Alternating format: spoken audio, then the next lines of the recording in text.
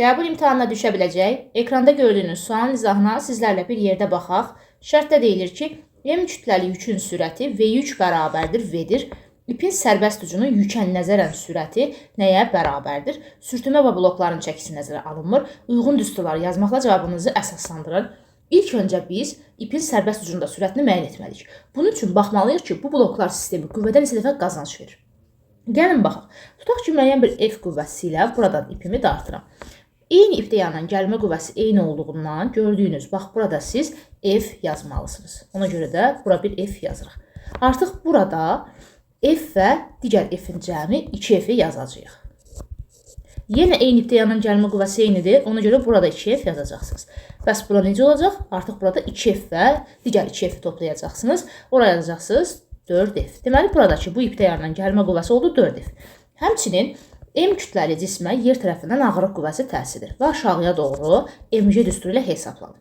İndi buradan əlbəttə ki, yuxarıya doğru olan 4F, aşağıya doğru olan MG-yə bərabər olacaq.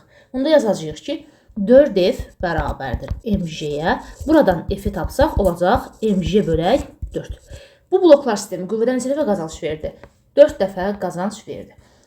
Biz bilirik ki, normalda uşaqlar düşünürlər ki, tərpənən blok vardı ya burada, sadəcə V ip bərabərdir 2V yük yazırlar. Olmaz belə. Niyə olmaz? Çünki burada qüvvədə 4 dəfə qazanc əldə olunub. Ona görə biz bura 2 yox, 4 yazmalıyıq. Yəni, V ip bərabər olacaq 4 vuraq V yükə. Artıq buradan ipin sərbəst ucunun sürətini tapacağıq. V yük fikir verin V-dir. Onda olacaq 4 vuraq V, 4V. İndi burada fikir verin, ipin sərbəst ucunun yükə nəzərən sürəti soruşulur. Yəni, nisbi sürət soruşur. Nisbi sürəti tapanda biz istiqamətə fikir verməliyik. Baxın, gördüyünüz kimi ipi yuxarıya doğru qaldırıram. Baxın, deməli onun sürəti yuxarıya doğrudur. Yəni, V ip yuxarıdır.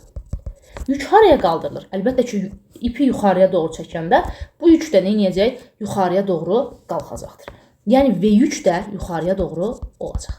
İndi baxın, hər ikisi də eyni istiqamətdə olduğundan nisbi sürət tapanda biz bilirik ki, çıxırıq. Yəni, siz burada 4V-dən V-ni çıxmalısınız. 4V-dən də V-ni çıxanda qalacaq 3